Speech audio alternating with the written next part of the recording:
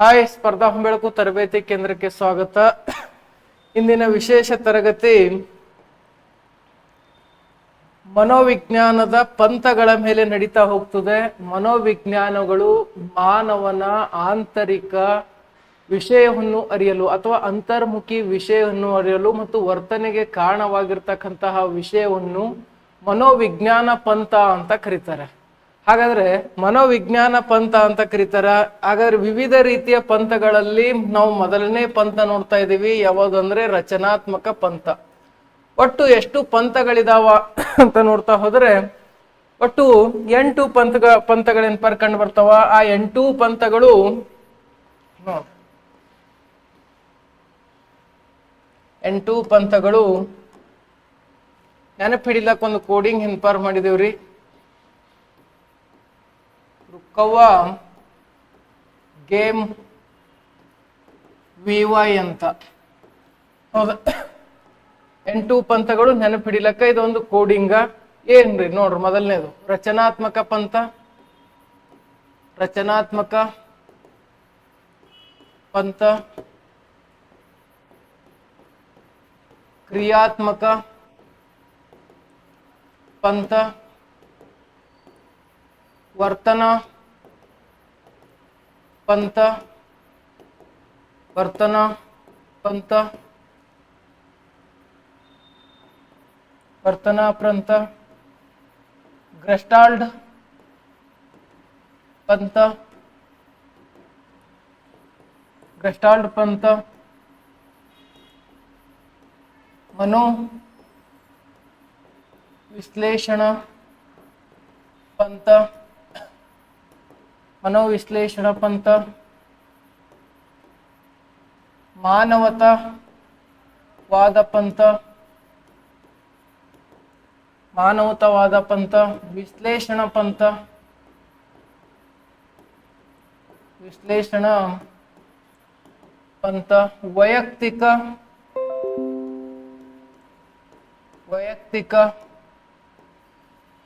ಮನೋ ವಿಜ್ಞಾನ ಪಂಥ, ವೈಯಕ್ತಿಕ ಮನೋವಿಜ್ಞಾನ ಪಂಥ. 8 ಪಂಥಗಳೆನ್ಪಾರ್ ಕಂಡುಬರ್ತವೆ. ಹಾಗಾದ್ರೆ 8 ಪಂಥಗಳ ಪ್ರತಿಪಾದಕರು ಯಾರು ಅದು ಕೂಡ ಏನ್ಪಾರ್ ಇಲ್ಲೇ ಕೋಡಿಂಗ್ ಅದ ರೀ. ವಾಜಾ ಸಾಕ್ ಅಂತ ಒಂದು ಕೋಡಿಂಗ್ ಏನ್ಪಾರ್ ಮಾಡಿದೀವಿ. ಹೌದಾ, ನೋಡ್ರಿ, Wilhelm Wundt, William James, J B. Watson, J B. Watson, J B. Watson, ವರ್ತ್ಮಿಯರ್,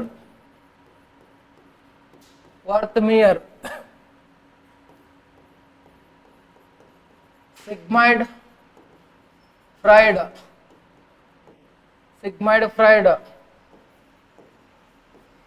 Abraham Maslow,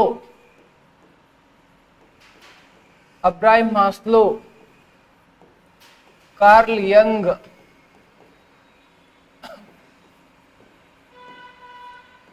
Alfred. ಇವ್ರು ಏನ್ ಆಗಿದಾರೆ ಅಂದ್ರೆ ಎಲ್ಲಾ ಪಂಥದ ಪ್ರತಿಪಾದಕರು, ಆದ್ರೆ ಅಭಿವೃದ್ಧಿ ಪಡಿಸಿದವ್ರು ಮತ್ತೆ ಬೇರೆ ಬರ್ತಾರೆ. ಹಾಗಾದ್ರೆ ಈ ಪಂಥಗಳಲ್ಲಿ ನಾವು ಮುಖ್ಯವಾಗಿ ಏನ್ಪಾರ್ ನೋಡೋಣ, ರಚನಾತ್ಮಕ ಪಂಥ ಅಂತ ಏನ್ಪಾರ್ ನೋಡ್ತೀವಿ, ಅಥವಾ ಸ್ಟ್ರಕ್ಚರಲಿಸಮ್ ಅಂತ ಏನ್ಪಾರ್ ನೋಡ್ತೀವಿ. ಹೌದಾ, ಸ್ಟ್ರಕ್ಚರಲಿಸಮ್ ಅಂತ ಏನ್ಪಾರ್ ನೋಡ್ತೀವಿ. ಹೌದಾ, ಅಥವಾ ರಚನಾತ್ಮಕ ಪಂಥ. ರಚನಾತ್ಮಕ ಅಂದ್ರೆ ಏನು, ಸ್ಟ್ರಕ್ಚರಲಿಸಮ್ ಅಂತ ಏನ್ಪಾರ್ ನೋಡ್ತೀವಿ. ಹೌದಾ, ಈ ಒಂದು ಪಂಥದ ಪಿತಾಮಹ ಯಾರು ಅಂತ ನೋಡ್ತಾ ಹೋದ್ರೆ ವಿಲ್ ಹೆಲ್ಮ್ ವೋಂಟ್ ಅಂತಕ್ಕಂಥ ವ್ಯಕ್ತಿ. ಹಾಗಾದ್ರೆ ರಚನಾತ್ಮಕ ಅಂತಂದ್ರೆ ಏನು, ಹೌದಾ, ಮಾನವನ ಅಂತರ್ಮುಖಿ ಅಂದ್ರೆ ಆಂತರಿಕ ಭಾವನೆಗಳನ್ನು ಅರ್ಥೈಸಿಕೊಳ್ಳುವುದನ್ನು ನಾವು ರಚನಾತ್ಮಕ ಪಂಥ ಅಂತ ಏನ್ಪಾರ್ ಹೇಳ್ತೀವಿ. ಹೌದಾ, ರಚನಾತ್ಮಕ ಪಂಥ ಅಂತ ಹೇಳ್ತೀವಿ. ಇದು ಸಂಪೂರ್ಣವಾಗಿರ್ತಕ್ಕಂಥ ಮಾಹಿತಿ ಏನ್ಪಾರ್ ನಾವು ನೋಡ್ತಾ ಹೋಗೋಣ. ರಚನಾತ್ಮಕ ಪಂಥ ಅಥವಾ ಸ್ಟ್ರಕ್ಚರಲಿಸಮ್ ಅಂತ ಏನ್ಪಾರ್ ನೋಡ್ತೀವಿ. ಸಂಪೂರ್ಣ ಮಾಹಿತಿ ಬಗ್ಗೆ ನೋಡ್ತಾ ಹೋಗೋಣ. ಸ್ಥಾಪಕರು, ಹೌದಾ, ವಿಲ್ಮ್ ವೋಂಟ್ ಅಂತ ಏನ್ಪಾರ್ ನೋಡ್ತೀವಿ. ಹೌದಾ, ಮನೋವಿಜ್ಞಾನದ ತಂದೆ ಅಂತ ಏನ್ಪಾರ್ ನೋಡ್ತೀವಿ. ಎಡ್ವಿನ್ ಹಾಗಾದ್ರೆ ಇದನ್ನ ರಚನಾತ್ಮಕ ಪಂಥವನ್ನು ಅಭಿವೃದ್ಧಿ ಪಡಿಸಿದವ್ರು ಯಾರು? ಅದ ಇವೆಲ್ಲ ಡಿಟೇಲ್ ಆಗಿ ಏನಪ್ಪ ಮಾಹಿತಿ ನೋಡ್ತಾ ಹೋಗೋಣ. ಅದರ ಮಾಹಿತಿಯಲ್ಲಿ ನಾನಲ್ಲಿ ಕೋಡಿಂಗ್ ಮಾಡಿದ್ದೇನು, ಕೇವಲ ಪಿತಾಮಹ ಅಂದ್ರೆ ಅಭಿವೃದ್ಧಿ ಪಡಿಸಿದವ್ರು ನಾವು ತಗೊಂಡಿಲ್ಲ, ಬರೀ ಏನಪ್ಪ ಪ್ರತಿಪಾದಕರನ್ನು ತಗೊಂಡಿದ್ವಿ. ಸಪರೇಟ್ ಆಗಿ ಏನ್ ರಚನಾತ್ಮಕ ಪಂಥ, ಕ್ರಿಯಾತ್ಮಕ ಪಂಥ, ವರ್ತನ ಪಂಥ ಏನ್ ನಾವು ತಗೊಂಡ್ ಬರ್ತೀವಲ್ಲ ಅಲ್ಲೆಲ್ಲಾ ಡಿಟೇಲ್ ಮಾಹಿತಿ ಏನಪ್ಪ ನೋಡ್ತಾ ಹೋಗೋಣ. ಹೌದಾ, ಎಡ್ವರ್ಡ್ ಟೀಚ್ನರ್ ಅಂತಕ್ಕಂಥವ್ರು ರಚನಾತ್ಮಕ ಪಂಥವನ್ನು ಅಭಿವೃದ್ಧಿ ಪಡಿಸಿದವರು. ಹಾಗಾದ್ರೆ ಇದ್ರ ಪರಿಚಯ ಏನದ ರೀ? ಹೌದಾ, ರಚನಾತ್ಮಕ ಪಂಥ ಅಂತಕ್ಕಂಥದ್ದು 19ನೇ ಶತಮಾನದಲ್ಲಿ ಅಭಿವೃದ್ಧಿಯಾಗಿದ್ದು ಅಂತ ಏನಪ್ಪ ನೋಡ್ತೀವಿ. ಹಾಗಾದ್ರೆ ರಚನಾತ್ಮಕ ಪಂಥ ಮನೋವಿಜ್ಞಾನದಲ್ಲಿನ ಮೊದಲ ಪ್ರಮುಖ ಶಾಲೆಯಾಗಿದೆ. ಇದು 19ನೇ ಶತಮಾನದಲ್ಲಿ ಅಭಿವೃದ್ಧಿಯಾಗಿದ್ದು. ಯಾರು ಅಭಿವೃದ್ಧಿ ಪಡೆದ್ರು? ಹೌದಾ, ಎಡ್ವರ್ಡ್ ಟೀಚ್ನರ್ ಅಂತಕ್ಕಂತಹ ವ್ಯಕ್ತಿ ಮನಸ್ಸಿನ ರಚನೆ, ಸ್ಟ್ರಕ್ಚರ್ ಅನ್ನು ಅರ್ಥ ಮಾಡಿಕೊಳ್ಳಲು ಪ್ರಯತ್ನಿಸುತ್ತದೆ. ಹೌದಾ, ಮನಸ್ಸಿನ ಅಂತರ್ಮುಖಿ ಅಂದ್ರೆ ಏನು? ಆಂತರಿಕ ವಿಷಯವನ್ನು ಅಧ್ಯಯನ ಮಾಡುವುದನ್ನು ನಾವೇನಂತ ಹೇಳ್ತೀವಿ ಅಂದ್ರೆ ರಚನಾತ್ಮಕ ಅಂತ ಏನಪ್ಪ ಹೇಳ್ತೀವಿ. ಇದರ ಮುಖ್ಯ ಉದ್ದೇಶ ಏನದ ಅಂದ್ರೆ ಮನಸ್ಸಿನ ಅನುಭವಗಳನ್ನು ಸಣ್ಣ ಅಂಶಗಳಾಗಿ ವಿಭಜಿಸಿ. ಹೌದಾ, ಮನಸ್ಸಿನ ಅನುಭವಗಳನ್ನು ಒಂದು ದೊಡ್ಡ ಅನುಭವ ಆಗಿರ್ತದೆ. ಆ ಒಂದು ದೊಡ್ಡ ಅನುಭವ ಬಿಡಿ ಭಾಗವಾಗಿ ವಿಂಗಡಣೆ ಮಾಡಿ ಅಧ್ಯಯನ ಮಾಡ್ತೀವಿ ಅಂತ ಏನಪ್ಪ ನೋಡ್ತೀವಿ. ಹೌದಾ, ಅಂಶಗಳನ್ನು ವಿಭಜಿಸಿ ಅವು ಹೇಗೆ ಸೇರಿ ಕಾರ್ಯನಿರ್ವಹಿಸುತ್ತದೆ ಎಂಬುದು ತಿಳಿಯುವುದಾಗಿದೆ. ಯಾವುದು? ರಚನಾತ್ಮಕ ಪಂಥ ಅಂತ ಏನಪ್ಪ ಹೇಳ್ತೀವಿ. ಹೌದಾ, ರಚನಾತ್ಮಕ ಪಂಥ. ಇಲ್ಲಿ ನೋಡ್ರಿ, ನಾವು ಮುಖ್ಯವಾಗಿ ತತ್ವ ಅಂತ ಏನಪ್ಪ ನೋಡ್ತೀವಿ. ಮನಸ್ಸಿನ ರಚನೆ, ಅಂತರ್ಮುಖದ ಪರಿಶೀಲನೆ, ಹೌದಾ, ಸ್ಟ್ರಕ್ಚರ್ ಆಫ್ ಮೈಂಡ್, ಹೌದಾ, ಇಂಟ್ರೋಸ್ಪೆಕ್ಷನ್, ಹೌದಾ, ಅನುಭವದ ವಿಭಜನೆ, ಬ್ರೇಕಿಂಗ್ ಡೌನ್ ಎಕ್ಸ್ಪೀರಿಯನ್ಸ್ ಅಂತ ಏನಪ್ಪ ನೋಡ್ತೀವಿ. ಹೌದಾ, ಬ್ರೇಕಿಂಗ್ ಡೌನ್ ಎಕ್ಸ್ಪೀರಿಯನ್ಸ್ ಅಂತ ಏನಪ್ಪ ನೋಡ್ತೀವಿ. ಹಾಗಾದ್ರೆ ಮನಸ್ಸಿನ ರಚನೆ ಅಂತ ಏನಪ್ಪ ನೋಡ್ತೀವಿ. ಮನಸ್ಸಿನ ರಚನೆ ಅಂತಂದ್ರೆ ಏನು? ಮನಸ್ಸು ಸಣ್ಣ ಸಣ್ಣ ಅಂಶಗಳಿಂದ ಕೂಡಿದೆ. ಉದಾಹರಣೆಗೆ ಸಂವೇದನೆಗಳು, ಸೆನ್ಸೇಷನ್ ಅಂತ ಏನಪ್ಪ ನೋಡ್ತೀವಿ, ಚಿತ್ರಗಳು, ಇಮೇಜಿನ್, ಭಾವನೆಗಳು, ಫೀಲಿಂಗ್. ಹಾಗಾದ್ರೆ ಏನ್ರಿ ಸಂವೇದನೆಗಳಂದ್ರೆ ಏನು? ಸಂವೇದನ ಅಂತಂದ್ರೆ ನಮ್ಮ ಇಂದ್ರಿಯಗಳಿಂದ ಬಂದಿರತಕ್ಕಂಥ ಸಂದೇಶವನ್ನು ಅರಿಯುವುದನ್ನೇ ನಾವು ಸಂವೇದನೆಗಳು ಅಂತ ಏನಪ್ಪ ಹೇಳ್ತೀವಿ. ಫಾರ್ ಎಕ್ಸಾಂಪಲ್, ಕಣ್ಣಿನಿಂದ ಕಂಡಿರ್ತಕ್ಕಂಥ ಬಣ್ಣ ಆಗಿರ್ಬೋದು. ಹೌದಾ, ಬಣ್ಣ ಯಾವ್ದಾಗಿರ್ಬೋದು? ಕೆಂಪಾಗಿರ್ಬೋದು. ಹೌದಾ, ಕಿವಿಯಿಂದ ಕೇಳಿರ್ತಕ್ಕಂಥ ಶಬ್ದ ಆಗಿರ್ಬೋದು. ಹೌದಾ, ಘಂಟೆ ಶಬ್ದ ಅಂತ ಏನಪ್ಪ ಹೇಳ್ತೀವಿ. ಹೌದಾ, ಮೂಗಿನಿಂದ ನೋಡಿರ್ತಕ್ಕಂಥ ವಾಸನೆ ಆಗಿರ್ಬೋದು. ಹೌದಾ, ಮತ್ತು ನಾಲಿಗೆಯಿಂದ ಸವಿದಿರ್ತಕ್ಕಂಥ ಉಪ್ಪು, ಹುಳಿ ಆಗಿರ್ಬೋದು. ಕೈಯಿಂದ ಆಗಿರ್ತಕ್ಕಂಥದ್ದು ಸ್ಪರ್ಶ ಆಗಿರ್ಬೋದು. ಹೌದಾ, ಇವೆಲ್ಲ ಏನಂತ ಹೇಳ್ತೀವಿ ಅಂತಂದ್ರ ಸಂವೇದನೆಗಳು ಅಥವಾ ಸೆನ್ಸೇಷನ್ ಅಂತ ಏನಪ್ಪ ಹೇಳ್ತೀವಿ. ಇವೆಲ್ಲವೂ ಕೂಡ ಹೌದಾ ಆಂತರಿಕ ಅಂದ್ರೆ ರಚನಾತ್ಮಕ ಅಥವಾ ಸ್ಟ್ರಕ್ಚರಲಿಸಮ್ ಅಂತಕ್ಕಂತಹ ಒಂದು ನಾವು ಶಾಲೆ ನೋಡ್ತೀವಲ್ಲ, ರಚನಾತ್ಮಕ ಪಂಥ ಅಂತ ನೋಡ್ತೀವಲ್ಲ, ಆ ಪಂಥದಲ್ಲಿ ಬರ್ತಕ್ಕಂತಹ ಪ್ರಮುಖ ಮಾಹಿತಿ ಅಂತ ಏನಪ್ಪ ನೋಡ್ತೀವಿ. ಹೌದಾ, ಚಿತ್ರಗಳು, ಹೌದಾ, ಭಾವನೆಗಳು ಅಂತ ಏನಪ್ಪ ನೋಡ್ತಾ ಹೋಗ್ತೀವಿ. ಹೌದಾ, ಚಿತ್ರಗಳಲ್ಲಿ ಅಂದ್ರೆ ಏನ್ ಇಲ್ಲಿ ಮುಖ್ಯವಾಗಿ ಒಂದು ಚಿತ್ರವನ್ನು ನೋಡಿದಾಗ ಅದರಿಂದ ಬರ್ತಕ್ಕಂಥ ಭಾವನೆಗಳನ್ನು ವ್ಯಕ್ತಪಡಿಸ್ತದ. ಅಂದ್ರೆ ನಮ್ಮ ಮನಸ್ಸಿನಲ್ಲಿ ಏನು ಓಡ್ತದ ಅನ್ನೋದರ ಅಧ್ಯಯನವನ್ನೇ ನಾವು ರಚನಾತ್ಮಕ ಪಂಥ ಅಂತ ಹೇಳ್ತೀವಿ. ಹೌದಾ, ಭಾವನೆಗಳು, ಫೀಲಿಂಗ್ಸ್ ಅಂತ ಏನಪ್ಪ ನೋಡ್ತೀವಿ. ಮುಂದೆ ಏನಪ್ಪ ಬರ್ತಾ ಹೋಗ್ತದ ವಿಶೇಷವಾಗಿರ್ತಕ್ಕಂಥ ಮಾಹಿತಿ. ಅಂತರ್ಮುಖಿ ಪರಿಶೀಲನೆ, ಹೌದಾ, ಇಂಟ್ರೋಸ್ಪೆಕ್ಷನ್ ಅಂತ ಏನಪ್ಪ ನೋಡ್ತೀವಿ. ವ್ಯಕ್ತಿ ತನ್ನ ಮನಸ್ಸಿನ ಅನುಭವಗಳನ್ನು ಸ್ವಯಂ ಪರಿಶೀಲನೆ ಮಾಡುವ ವಿಧಾನ ಅಂತ ಏನಪ್ಪ ನೋಡ್ತೀವಿ. ವ್ಯಕ್ತಿ ತನ್ನ ಮನಸ್ಸಿನ ಅನುಭವಗಳನ್ನು ಸ್ವಯಂ ಪರಿಶೀಲನೆ ಮಾಡುವ ವಿಧಾನ ಅಂದ್ರೆ ಯಾವ ವ್ಯಕ್ತಿಗೆ ಯಾವ ಒಂದು ಅನುಭವವಾಗ್ತದೋ ಅದನ್ನು ಸ್ವಯಂ ಪರಿಶೀಲನೆ, ಯಾವುದೋ ಒಂದು ಅನುಭೋಗ, ಈ ರೀತಿ ಯಾಕಾಯ್ತು, ಆ ರೀತಿ ಯಾಕಾಯ್ತು.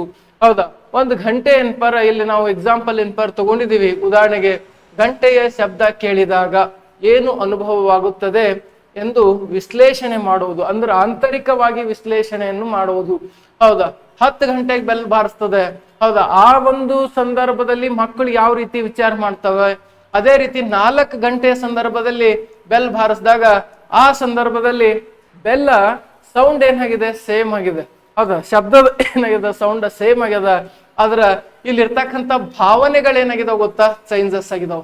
10 ಗಂಟೆಗೆ ಇರ್ತಕ್ಕಂಥ ಭಾವನೆನೇ ಬೇರೆ, 4 ಗಂಟೆ ಬೆಲ್ನಲ್ಲಿ ಬಾರಿಸಿದಾಗ ಇರ್ತಕ್ಕಂಥ ಭಾವನೆನೇ ಬೇರೆ. ನೋಡ್ರಿ, ಗಂಟೆ ಶಬ್ದ ಏನಪ್ಪ ಕೇಳಿದಾಗ ಏನಾಗ್ತದ, ಮನಸ್ಸಿನಲ್ಲಿ ಓಡ್ತಕ್ಕಂಥ ವಿಚಾರ, ಇದನ್ನ ನಾವೇನಂತ ಹೇಳ್ತೀವಿ, ಅಂತರ್ಮುಖ ಪರಿಶೀಲನೆ ಅಂತ ಏನಪ್ಪ ಹೇಳ್ತೀವಿ. ಹೌದಾ, ಅಂತರ್ಮುಖ ಪರಿಶೀಲನೆ. ಅನುಭವದ ವಿಭಜನೆ ಅಂತ ಏನ್ಪಾ ನೋಡ್ತೀವಿ. Breaking down experience. ಅನುಭವ ಅಂತಂದ್ರೆ ಏನು?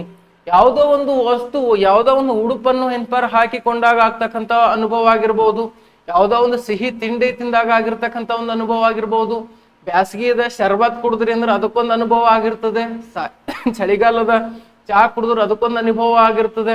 ಹೌದಾ? ನೋಡ್, ದೊಡ್ಡ ಅನುಭವವನ್ನು ಸಣ್ಣ ಭಾಗಗಳಾಗಿ, ಉದಾಹರಣೆಗೆ ಚಹಾ ಕುಡಿಯುವ ಅನುಭವ ಅಂತ ಏನ್ಪಾ ನೋಡ್ತೀವಿ. ಅದರ ರುಚಿದೊಂದು ಅನುಭವ ಆಗಿರ್ತದೆ, ವಾಸನೆದೊಂದು ಅನುಭವವಾಗಿರ್ತದೆ, ಉಷ್ಣತೆದೊಂದು ಅನುಭವವಾಗಿರ್ತದೆ. ಹೌದಾ? ಇಲ್ಲಿ ಚಹಾ ಕುಡಿತಕ್ಕಂಥ ಒಂದು ವ್ಯಕ್ತಿಯ ಚಿತ್ರಣವನ್ನು ಕೂಡ ನೀವು ನೋಡ್ತಾ ಇದ್ದಿರ್ಬೋದು. ಹೌದಾ? ಇದನ್ನ ಅನುಭವದ ವಿಭಜನೆ, ಬ್ರೇಕ್ ಡೌನ್ ಎಕ್ಸ್ಪೀರಿಯನ್ಸ್, ಇದು ಎಲ್ಲವೂ ಕೂಡ ರಚನಾತ್ಮಕ. ಏನ್ ವಿಲ್ ಹೆಲ್ಮ್ ಓಂಟ್ ಅಂತಕ್ಕಂಥ ಹೌದಾ ವ್ಯಕ್ತಿ, ಹೌದಾ, ಈ ರಚನಾತ್ಮಕ ಪಂಥದ ಪಿತಾಮಹವಾಗಿದ್ದು ಇದನ್ನು ಅಭಿವೃದ್ಧಿ ಪಡಿಸಿದವ್ರು ಯಾರು ಅಂದ್ರೆ ಟೀಚ್ನರ್ ಅಂತಕ್ಕಂಥ ವ್ಯಕ್ತಿ ಅಂತ ಏನ್ಪಾ ನೋಡ್ತೀವಿ. ಹಾಗಾದ್ರೆ ಇಲ್ಲಿ ನೋಡ್ರಿ, ಪ್ರಮುಖ ಅಂಶಗಳು ಎಲಿಮೆಂಟ್ಸ್ ಆಫ್ ಕಾನ್ಸಿಯಸ್ನೆಸ್ ಅಂತ ಏನ್ಪಾ ನೋಡ್ತೀವಿ. ಹೌದಾ? ಎಲಿಮೆಂಟ್ಸ್ ಆಫ್ ಕಾನ್ಸಿಯಸ್ನೆಸ್ ಅಂಶ, ಹೌದಾ, ವಿವರಣೆ. ಹೌದು, ಸೆನ್ಸೇಷನ್ಸ್ ಅಂತಂದ್ರೆ ಏನು? ನೋಡುವುದು, ಕೇಳುವುದು, ಸ್ಪರ್ಶ ಮಾಡುವುದು. ಅವಾಗ್ಲೇ ಹೇಳದಲ್ಲ ಸಂವೇದನಾ ಅಂತ. ಹೌದಾ? ಸಂವೇದನಾ ಅಂತಂದ್ರ ನೋಡುವುದಾಗಿರ್ಬೋದು, ಕೇಳೋದಾಗಿರ್ಬೋದು, ಸ್ಪರ್ಶ ಮಾಡೋದಾಗಿರ್ಬೋದು. ಹೌದಾ? ಇಮೇಜನ್ ಅಂತ ಏನ್ಪಾ ನೋಡ್ತೀವಿ, ನೆನಪುಗಳು ಮತ್ತು ಕಲ್ಪನೆಗಳು. ಫೀಲಿಂಗ್ಸ್ ಹೆಂಗಿರ್ತಾವ? ಸಂತೋಷ ಆಗಿರ್ಬೋದು, ದುಃಖ ಆಗಿರ್ಬೋದು. ನೋಡ್ರಿ, ಒಂದು ವ್ಯಕ್ತಿ ಅದನ್ನ ಅಥವಾ ಒಂದು ಮಗು ಅದ, ಹೌದಾ, ಮುಖ್ಯವಾಗಿ ಎರಡು ರೀತಿ, ಒಂದು ಸಂತೋಷ ಆದ್ರೂ ಇದ್ದಿರ್ತದ, ಒಂದು ದುಃಖ ಆದ್ರೂ ಆಗಿರ್ತದ, ಒಂದು ತಟಸ್ಥ ಅನ್ನೋದು ಎಲ್ಲೂ ಏನ್ಪರ್ ನಿಮಗ್ ಸಿಗೋದಿಲ್ಲ. ಸಂತೋಷ ಸಿಗ್ಬೋದು ಅಥವಾ ದುಃಖ ಏನ್ಪರ್ ಸಿಗ್ಬೋದು. ಹೌದಾ? ಸಂತೋಷ, ದುಃಖ, ಫೀಲಿಂಗ್ಸ್. ಹೌದಾ? ಜಾಸ್ತಿ ಏನ್ಪರ ಖುಷಿ ಯಾವಾಗ ಆಗೋದು? ಎಕ್ಸಾಮ್ ರಿಸಲ್ಟ್ ಬಂದಾಗ. ಹೌದಾ? ಎಕ್ಸಾಮ್ ರಿಸಲ್ಟ್ ಬಂದಾಗ ಏನ್ಪರ್ ಬಹಳ ಖುಷಿ ಆಗ್ತದ. ಅದೇ ಈಗ ಬಹಳಷ್ಟು ಜನ PUC ಎಕ್ಸಾಮ್ ರಿಸಲ್ಟ್ ಏನ್ಪರ್ ಅಲೌನ್ಸ್ ಆಯ್ತು, ಹೌದಾ, ಫೇಲ್ ಆಗಿರ್ತಾರ, ಅವ್ರಿಗೆ ಏನ್ಪರ್ ದುಃಖ ಆಗಿರ್ತದೆ. ಹೌದಾ? ನೆನಪುಗಳು ಮತ್ತು ಕಲ್ಪನೆಗಳು ಅಂತ ಏನ್ಪರ್ ನೋಡ್ತೀವಿ. ಯಾವುದು? ಇಮ್ಯಾಜಿನ್, ಕಲ್ಪನೆ. ಯಾವುದೋ ಒಂದು ವಿಷಯವನ್ನು ನಾವು ಓದಿರ್ತೀವಿ, ಎಕ್ಸಾಮ್ ಹಾಲ್ನಾಗ ಏನ್ಪರ್ ಕುಂತಾಗ ಅದನ್ನು ನೆನಪುಗಳ ನೆನ್ಪರ್ ಮಾಡ್ಕೊಂಡಿರ್ತೀವಿ. ಮತ್ತು ಯಾರನ್ನು ನೋಡಿ ಏನ್ಪರ್ ಯಾವುದೋ ಒಂದು ವಿಷಯವನ್ನು ಕಲ್ಪನೆ ಮಾಡ್ಕೊಂಡಿರ್ತೀವಿ. ಹೌದಾ? ಸೆನ್ಸೇಷನ್ ಅಂತರೇನು? ಸಂವೇದನ. ನೋಡೋದಾಗಿರ್ಬೋದು ಅಂದ್ರೆ ನಮ್ಮ ಇಂದ್ರಿಯಗಳಿಂದ ಬಂದಿರತಕ್ಕಂಥ ಸಂದೇಶಗಳು. ಹೌದಾ? ನೋಡೋದಾಗಿರ್ಬೋದು, ಕೇಳೋದು, ಕಿವಿಯಿಂದ ಕೇಳೋದಾಗಿರ್ಬೋದು, ಕೈಯಿಂದ ಸ್ಪರ್ಶ ಮಾಡೋದಾಗಿರ್ಬೋದು. ಹೌದಾ? ಇವೆಲ್ಲವೂ ಮುಖ್ಯವಾಗಿರ್ತಕ್ಕಂಥ ರಚನಾತ್ಮಕ ಪಂಥದಲ್ಲಿ ಏನ್ಪರ ನಾವು ನೋಡ್ತೀವಿ. ಉದಾಹರಣೆಗೆ, ಹೌದಾ, ಫಾರ್ ಎಕ್ಸಾಂಪಲ್ ನೋಡ್ರಿ, ನೀವು ಹೂವನ್ನು ನೋಡಿದಾಗ ಏನ್ ವಿಚಾರ ಓಡ್ತದ? ಒಂದು ಹೂ ನೋಡಿದಾಗ, ಒಂದ್ ಯಾವ್ದೋ ಒಂದು ಗಾರ್ಡನ್ ಏನ್ಪರ್ ಹೋಗಿದಿರಿ, ಅಲ್ಲಿ ಒಂದು ದೊಡ್ಡ ಸುಂದರವಾದ ಹೂವಿನ ಗಿಡ ಅದ.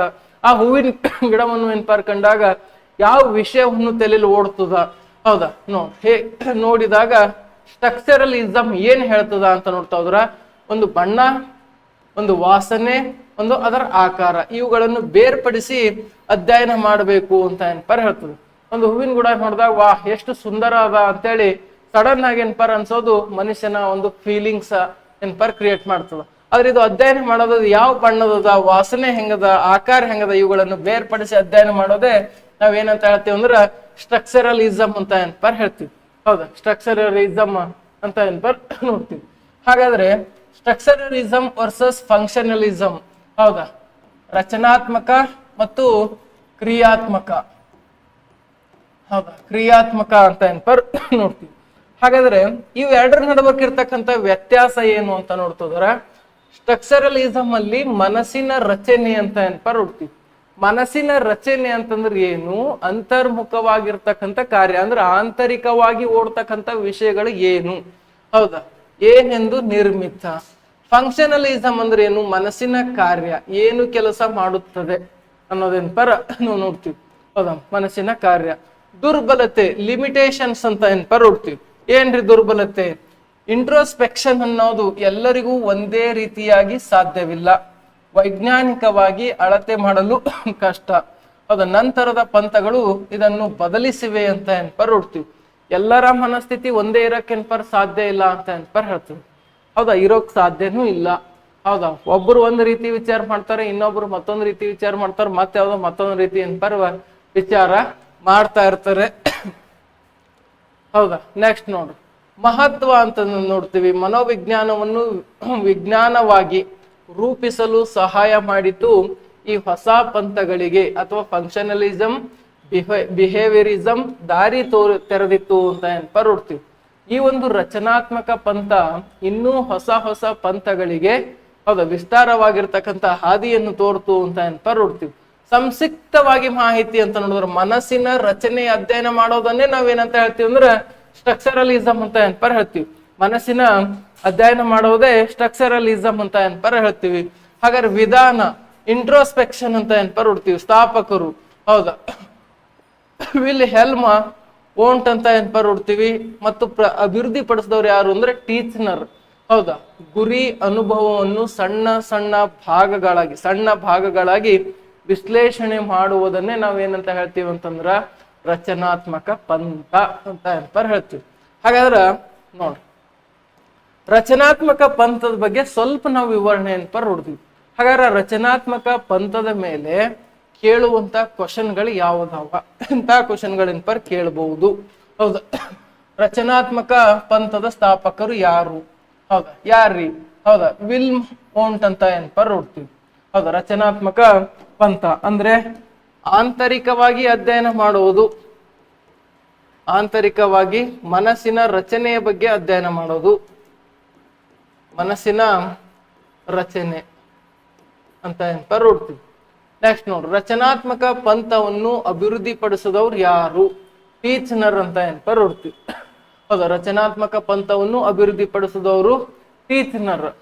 ಯಾವ ಶತಮಾನದಲ್ಲಿ ಇದು ಅಭಿವೃದ್ಧಿ ಆಯ್ತು? 19ನೇ ಶತಮಾನದಲ್ಲಿ ಹೌದಾ ಅಭಿವೃದ್ಧಿ ಆಗಿದ್ದೆ ಏನಪ್ಪ ಕಂಡು ಬರ್ತದೆ. ಹೌದಾ 19ನೇ ಶತಮಾನದಲ್ಲಿ. ರಚನಾತ್ಮಕ ಪಂಥದ ಮುಖ್ಯ ಉದ್ದೇಶ ಏನು? ಹೌದಾ ನೀವೇ ಹೇಳ್ಬೋದು. ವರ್ತನೆ ಅಧ್ಯಯನನ, ಮನಸ್ಸಿನ ಕಾರ್ಯ ಅಧ್ಯಯನನ, ಮನಸ್ಸಿನ ರಚನೆ ಅಧ್ಯಯನನ, ಕನಸುಗಳ ವಿಶ್ಲೇಷಣನ. ನಿಮಗೆ ಅವಾಗಿನಿಂದ ನಾನು ಪದ ಬಳಸ್ತಾನೆ ಇದ್ದೀನಿ. ಯಾವ ಪದ ಬಳಸ್ತಾ ಇದ್ದೀನಿ ಅಂತಂದ್ರ ಮನಸ್ಸಿನ ರಚನೆಯ ಅಧ್ಯಯನ ಅಂತ ಏನಪ್ಪ ಹೇಳ್ತಾ ಇದ್ದೀನಿ. ಮನಸ್ಸಿನ ಕಾರ್ಯ ಅಧ್ಯಯನ ಅಂತಂದ್ರೆ ಅದು ಕ್ರಿಯಾತ್ಮಕ ಪಂಥ ಆಗ್ತದೆ. ಹೌದು ಮನಸ್ಸಿನ ರಚನೆಯ ಅಧ್ಯಯನ ಅಂತ ನೋಡ್ತಾ ಹೋದ್ರ ಇದು ರಚನಾತ್ಮಕ ಪಂಥ ಅಂತ ಏನಪ್ಪ ನೋಡ್ತೀವಿ. ಹೌದಾ ರಚನಾತ್ಮಕ ಪಂಥ. ರಚನಾತ್ಮಕ ಪಂಥದಲ್ಲಿ ಬಳಸುವ ವಿಧಾನ ಯಾವುದು ಬಳಸ್ತಿರಬಹುದು? ಹೌದಾ ನಾನು ಸ್ವಲ್ಪ ರಚನಾತ್ಮಕ ಒಂದೊಂದೇ ಪಂಥಗಳು ಹೌದಾ ಸಂಕ್ಷಿಪ್ತವಾಗಿ ಏನಪ್ಪ ವಿವರಿಸ್ಬೇಕು ಅಂತ ಒಂದೊಂದೇ ಪಂಥಗಳು ತಗೊಂಡ್ಬರ್ತಾ ಇದೀವಿ. 8 ಪಂಥಗಳದಾವ್. 8 ಪಂಥಗಳು ಬಹಳ ಇಂಪಾರ್ಟೆಂಟ್. ಎಕ್ಸಾಮ್ ಅಲ್ಲಿ ಬಹಳಷ್ಟು ಬಾರಿ ಕ್ವಶನ್ ಕೇಳಿದಾರ. ಈ ರಚನಾತ್ಮಕ ಒಂದೇ ಪಂಥ ಎಕ್ಸ್ಪ್ಲೇನ್ ಮಾಡಿದ ನಂತರ ಇದ್ರ ಮೇಲೆ ಕೇಳುವಂತ ರಿಲೇಟೆಡ್ ಕ್ವಶನ್ ಏನು ಆ ಕ್ವಶನ್ ಕೂಡ ಇಲ್ಲಿ ನಿಮ್ಮ ಹತ್ರ ತಗೊಂಡ್ಬಂದಿದ್ದೀನಿ. ಹೌದಾ ರಚನಾತ್ಮಕ ಪಂಥದಲ್ಲಿ ಬಳಸುವ ವಿಧಾನ ಯಾವುದು? ನೀವೇ ಅಲ್ಲಿ ವಿಚಾರ ಮಾಡ್ಬೋದು. ಏನು ಪರೀಕ್ಷೆ ಬಳಸ್ತಾ ಇದಾರ, ಏನು ಅವಲೋಕನ ಬಳಸ್ತಾ ಇದಾರ, ಅಂತರ್ಮುಖ ಪರಿಶೀಲನೆ ಬಳಸ್ತಾ ಇದಾರ, ಪ್ರಯೋಗ ಬಳಸ್ತಾ ಇದಾರ ಅಂತ. ಹೌದಾ ಆಂತರಿಕ ಅಂತ ಹೇಳ್ತಾ ಇದೀನಿ ಅಂದ್ರೆ ಒಳಗಿನ ಬಗ್ಗೆ. ಆಂತರಿಕ ಮನಸ್ಸಿನ ರಚನೆ ಅಂತಂದ್ರ ಹೊರ ತೋರ್ಸೋದಲ್ಲ, ಆಂತರಿಕವಾಗಿ. ಹೌದಾ ಆಂತರಿಕವಾಗಿ ಹೌದಾ ಇಂಟರ್ನಲ್ ಬಿಹೇವಿಯರ್ ಅಂತ ಏನಪ್ಪ ನಾವು ಏನ್ ನೋಡ್ತೀವಲ್ಲ ಆಂತರಿಕ ಅಥವಾ ಅಂತರ್ಮುಖ ಪರಿಶೀಲನೆ ಅಂತ ಏನಪ್ಪ ನೋಡ್ತೀವಿ. ಹೌದಾ ರಚನಾತ್ಮಕ ಪಂಥದಲ್ಲಿ ಬಳಸುವ ವಿಧಾನ ಯಾವುದು ಅಂತಂದ್ರೆ ಅಂತರ್ಮುಖ ಅಂತ ಏನಪ್ಪ ನೋಡ್ತೀವಿ. ಹಾಗಾದ್ರೆ ಈ ಕೆಳಗಿನವುಗಳಲ್ಲಿ ಯಾವುದು ಮನಸ್ಸಿನ ಅಂಶವಲ್ಲ ಅಂತ ಏನಪ್ಪ ನೋಡ್ತಾ ಹೋದ್ರ ಸೆನ್ಸೇಷನ್ ಅನ್ನೋದು ನಾವು ಅವಾಗ್ಲೇ ಏನಪ್ಪ ಹೇಳಿದ್ವಿ ಸಂವೇದನ, ಇಮ್ಯಾಜಿನ್ ಹೌದಾ ಕಲ್ಪನೆ, ಫೀಲಿಂಗ್ಸ್ ಭಾವನೆ. ಹಾಗಾದ್ರೆ ರಿಫ್ಲೆಕ್ಸ್ ಅಂತಂದ್ರ ಇದು ಮನಸ್ಸಿನ ಅಧ್ಯಯನಕ್ಕೆ ಸಂಬಂಧ ಪಡೋದಿಲ್ಲ. ಹೌದಾ ಇದು ಏನಾಗ್ತದ ಇಲ್ಲಿ ಸರಿಯಾದ ಕೆಳಗಿನವರಲ್ಲಿ ಯಾವುದು ಮನಸ್ಸಿನ ಅಂಶವಲ್ಲ ಅಂತಂದ್ರೆ ರಿಫ್ಲೆಕ್ಸ್ ಅಂತ ಏನಪ್ಪ ನೋಡ್ತೀವಿ. ಹೌದಾ ಸೆನ್ಸೇಷನ್, ಇಮೇಜಸ್ ಹೌದಾ ಫೀಲಿಂಗ್ಸ್ ಅಂತ ಏನಪ್ಪ ನೋಡ್ತೀವಿ. ಸಂವೇದನ, ಚಿತ್ರಗಳು ಮತ್ತು ಭಾವನೆಗಳು. ಹೌದಾ ಇವು 3 ಮನಸ್ಸಿನ ಅಂಶಗಳಾಗಿದಾವ. ರಿಫ್ಲೆಕ್ಷನ್ ಮನಸ್ಸಿನ ಅಂಶವಲ್ಲ. ಸ್ಟ್ರಕ್ಚರಲಿಸಮ್ ವಾದವನ್ನು ಹೌದಾ ಯಾವುದನ್ನು ಅಧ್ಯಯನ ಮಾಡುತ್ತದೆ ಅಂತ ಏನಪ್ಪ ನೋಡ್ತೀವಿ. ಏನು ಬಿಹೇವಿಯರ್ ಅಧ್ಯಯನ ಮಾಡ್ತದೋ, ಏನ್ ಕಾನ್ಸಿಯಸ್ ಎಕ್ಸ್ಪೀರಿಯನ್ಸ್ ಅಧ್ಯಯನ ಮಾಡ್ತದೋ, ಏನ್ ಅನ್ಕಾನ್ಸಿಯಸ್ ಮೈಂಡ್ ಅಧ್ಯಯನ ಮಾಡ್ತದೋ, ಏನ್ ಸೊಸೈಟಿ ಅಧ್ಯಯನ ಮಾಡ್ತದೋ ಅಂತ ನೋಡ್ತಾ ಹೋದ್ರ ಕಾನ್ಸಿಯಸ್ ಎಕ್ಸ್ಪೀರಿಯನ್ಸ್ ಅಂತ ಏನಪ್ಪ ನೋಡ್ತೀವಿ. ಹೌದಾ ಸ್ಟ್ರಕ್ಚರಲಿಸಮ್ ಯಾವ್ದನ್ನು ಅಧ್ಯಯನ ಮಾಡ್ತಂದ್ರ ಕಾನ್ಸಿಯಸ್ ಎಕ್ಸ್ಪೀರಿಯನ್ಸ್ ಅಂತ ಏನಪ್ಪ ನೋಡ್ತೀವಿ. Conscious experience. ನೆಕ್ಸ್ಟ್ ಸ್ಟ್ರಕ್ಚರಲಿಸಮ್ ಯಾವ ಕಾಲದಲ್ಲಿ ಬೆಳೆಯಿತು? ಆರಂಭದಲ್ಲಿ ಕ್ವಶನ್ ಇತ್ತು. ಹೌದಾ ಮಾಹಿತಿ ಸ್ಟಾರ್ಟಿಂಗ್ ಏನಪ್ಪ ಇದ್ರ ಬಗ್ಗೆ ಏನಪ್ಪ ನಾವು ತೊಗೊಂಡಿದೀವಿ. ಎಷ್ಟನೇ ಶತಮಾನದಾಗ ಇದು ಬೆಳಕಿಗೆ ಬಂತ್ರಿ ಅಂತಂದ್ರ 19ನೇ ಶತಮಾನದಲ್ಲಿ. ಹೌದಾ ಟೀಚನರ್ ಅನ್ನೋರು ಏನಪ್ಪ ಈ ಒಂದು ರಚನಾತ್ಮಕ ಪಂಥವನ್ನು ಅಭಿವೃದ್ಧಿ ಪಡಿಸ್ತಾರ. ಹೌದಾ, ವಿಲ್ ಹೆಲ್ಮ್ ಓಂಟ್ ಅಂತಕ್ಕಂಥ ಹೌದಾ ವಿಲಮ್ ಓಂಟ್ ಅಂತಕ್ಕಂಥ ವ್ಯಕ್ತಿ ರಚನಾತ್ಮಕ ಪಂಥದ ಪಿತಾಮಹ ಆದ್ರ 19ನೇ ಶತಮಾನದಲ್ಲಿ ಟೀಚನರ್ ಅಂತಕ್ಕಂಥ ವ್ಯಕ್ತಿ ಏನ್ ಮಾಡ್ತಾರಂದ್ರ ಇದನ್ನು ಅಭಿವೃದ್ಧಿ ಪಡಿಸಿದ್ರು. ಯಾವುದು ರಚನಾತ್ಮಕ ಪಂಥ ಅಂತ ಏನ್ಪಾರ ಹುಡ್ತೀವಿ. ಹೌದಾ, ರಚನಾತ್ಮಕ ಪಂಥ. ಈ ಕೆಳಗಿನಗಳಲ್ಲಿ ಯಾವುದು ಸಂವೇದನೆಗೆ ಉದಾಹರಣೆ ಅಂತ ಏನ್ಪಾರ ಹುಡ್ತೀವಿ. ಸಂವೇದನಾ ಅಂತ ನಾನು ಅವಾಗ್ನಿಂದ ನಿಮಗೆ ಹೇಳ್ಕೊತಾನೆ ಬರ್ತಾ ಇದ್ದೀನಿ. ಸಂವೇದನಾ ಅಂತಂದ್ರ ನಮ್ಮ ಜ್ಞಾನೇಂದ್ರಿಯಿಂದ ಬಂದಿರತಕ್ಕಂಥ ಸಂದೇಶ, ಕೈಯಿಂದ ಮಾಡಿರ್ತಕ್ಕಂಥ ಸ್ಪರ್ಶ ಆಗಿರ್ಬೋದು, ಕಿವಿಯಿಂದ ಕೇಳಿರ್ತಕ್ಕಂಥ ಶಬ್ದ ಆಗಿರ್ಬೋದು, ಮೂಗಿನಿಂದ ಪಡೆದಿರ್ತಕ್ಕಂಥ ವಾಸನೆ ಆಗಿರ್ಬೋದು, ಹೌದಾ, ನಾಲಿಗೆಯಿಂದ ಸವಿದಿರ್ತಕ್ಕಂಥ ಹುಳಿ ಅಥವಾ ಉಪ್ಪಾಗಿರ್ಬಹುದು. ಹಾಗಾದ್ರೆ ನೀವು ಆನ್ಸರ್ ಮಾಡ್ಬೋದು. ಹೌದಾ, ಸಂವೇದನೆಗೆ ಉದಾಹರಣೆ ಯಾವುದು? ಸಂತೋಷ ಅಂದ್ರ ಇದು ಜ್ಞಾನೇಂದ್ರಿಯಿಂದ ಬಂದಿದ್ದಂತೂ ಅಲ್ವೇ ಅಲ್ಲ. ಹಾಗಾದ್ರೆ ಕೆಂಪು ಬಣ್ಣ ಕಾಣುವುದು, ಕನಸು ಕಾಣುವುದು, ಕಲ್ಪನೆ ನೋಡುವುದು, ಹಾಗಾದ್ರೆ ಇವ್ಯಾವು ಅಲ್ಲ. ಹಾಗಾದ್ರ ಯಾವುದು? ಕೆಂಪು ಬಣ್ಣ ಕಾಣುವುದು, ಕಣ್ಣಿನಿಂದ ಕಾಣಿಸ್ತಾ ಇರ್ತದೆ. ಹೌದಾ, ಕಣ್ಣಿನಿಂದ ಕಾಣ್ಲತ್ತದ, ಅದನ್ನ ಕೆಂಪು ಬಣ್ಣ ಕಾಣೋದು. ಯಾಕೆ? ಇದು ಜ್ಞಾನೇಂದ್ರಿಯಿಂದ ಬಂದಿರತಕ್ಕಂತ ಒಂದು ವಿಷಯ ಅಂತ ಹೊಡ್ತೀವಿ. ಹಾಗಾದ್ರ ನಾವು ಸಂತೋಷ ಯಾವಾಗ ಆಗುದು? ಯಾವಾಗ ನಮ್ಗೆ ಫೀಲಿಂಗ್, ಹೌದಾ, ಫೀಲಿಂಗ್ಸ್ ಅಂತ ಹೊಡ್ತೀವಲ್ಲ, ಅಲ್ಲಿ ಎಕ್ಸಾಮ್ ಪಾಸ್ ಆದೀವಿ ಅಂದ್ರೆ ಖುಷಿ ಆಗ್ತೀವಿ, ಎಕ್ಸಾಮ್ ಫೇಲ್ ಆದ್ರ ದುಃಖ ಆಗ್ತೀವಿ. ಬರೀ ಎಕ್ಸಾಮ್ ಅಷ್ಟೇ ಇಲ್ಲ, ಜೀವನದಲ್ಲಿ ಹಲವಾರು ವಿಷಯಗಳು ಬಂದಿರ್ತಾವ. ಖುಷಿ ಮತ್ತು ದುಃಖಕ್ಕೆ ಹೌದಾ ಹಲವಾರು ವಿಷಯಗಳು ಕೂಡ ಕಾರಣ ಆಗಿರ್ತಾವ.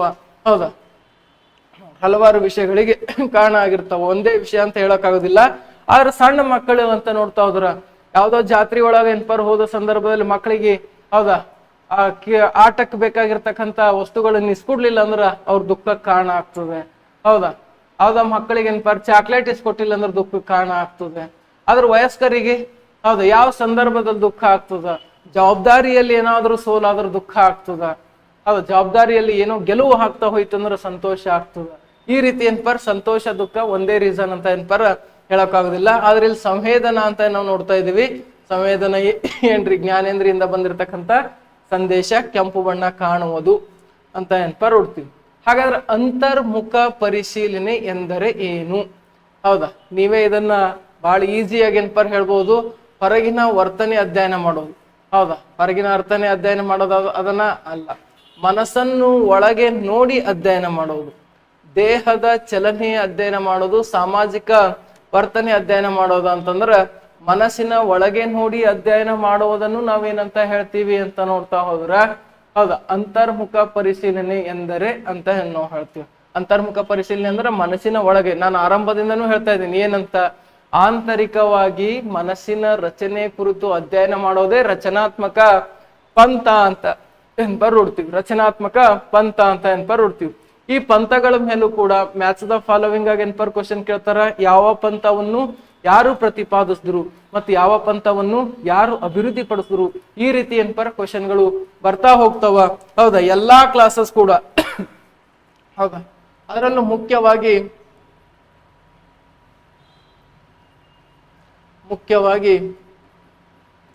ಈ ಸೈಕಾಲಜಿ ಟಾಪಿಕ್ ಏನದಲ್ಲ, ಪೂರ್ಣವಾಗಿ ಯೂಟ್ಯೂಬ್ ಕ್ಲಾಸಲ್ಲಿ ಹೌದಾ ಪೂರ್ಣವಾಗಿ ಯೂಟ್ಯೂಬ್ ಕ್ಲಾಸಲ್ಲಿ ನಾನು ಪೂರ್ಣವಾಗಿ ಬಿಟ್ಬಿಡ್ತೀನಿ. ಆಫ್ಲೈನ್ ಕ್ಲಾಸಸ್ ಹೆಚ್ಚಿಗೆ ಇರುವ ಕಾರಣಕ್ಕಾಗಿ ಜಾಸ್ತಿ ಯೂಟ್ಯೂಬ್ ಕ್ಲಾಸಸ್ ಮಾಡೋದಿಲ್ಲ.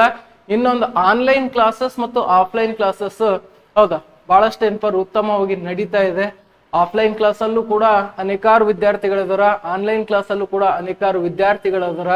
ನಿಮಗೂ ಕೂಡ ಆನ್ಲೈನ್ ಅಥವಾ ಆಫ್ಲೈನ್ ಕ್ಲಾಸಸ್ ಬೇಕಾದ್ರೆ ಹೌದಾ ಒನ್ ಅಂಡ್ ಓನ್ಲಿ ಸ್ಪರ್ಧಾ ಹೊಂಬೆಳಕು. ಹೌದಾ, ಸ್ಪರ್ಧಾ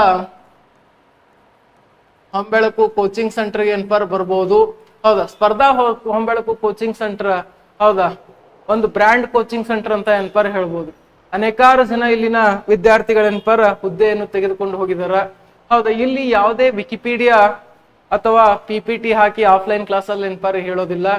ನೇರವಾಗಿ ಡಿಸ್ಕಷನ್ ನಡೀತಾ ಹೋಗ್ತದೆ. ವಿದ್ಯಾರ್ಥಿ ಮತ್ತು ಉಪನ್ಯಾಸಕರ ನಡುವೆ ನೇರ ಡಿಸ್ಕಷನ್ ನಡೀತಾ ಹೋಗ್ತದೆ. ಹೌದಾ, ಹಾಗಾಗಿ ಹೌದಾ ಯಾರೋ ಆಡುವಂತ ಮಾತುಗಳಿಗೆ ಕಿವಿ ಕೊಡದೆ ಸ್ಪರ್ಧಾ ಹೊಂಬೆಳಕು ತರಬೇತಿ ಕೇಂದ್ರಕ್ಕೆ ಬಂದು ನಿಮ್ಮ ಜೀವನದಲ್ಲಿ ಬೆಳಕಾಗಿ ತೆಗೆದುಕೊಂಡು ಹೋಗ್ಬೇಕು ಅಂತ ಹೇಳ್ತಾ ಹೋಗ್ತೀನಿ. ಹೌದಾ, ಈ ಕ್ಲಾಸ್ ಇಷ್ಟ ಆದ್ರೆ ಲೈಕ್ ಮಾಡಿ, ಶೇರ್ ಮಾಡಿ, ಕಮೆಂಟ್ಸ್ ಮಾಡಿ ಅಂತ ಹೇಳ್ತಾ ಇದರ ಮುಂದಿನ ಪಂಥ ಕ್ರಿಯಾತ್ಮಕ ಪಂಥ ನೆಕ್ಸ್ಟ್ ನಾಳಿನ ಕ್ಲಾಸ್ದಲ್ಲಿ ನೀವು ನೋಡುವಂತ್ರಿ. ಇಷ್ಟಾದ್ರೆ ಶೇರ್ ಮಾಡಿ ಅಂತ ಹೇಳ್ತಾ ಈ ಕ್ಲಾಸ್ ಎಂಡ್ ಮಾಡೋಣ.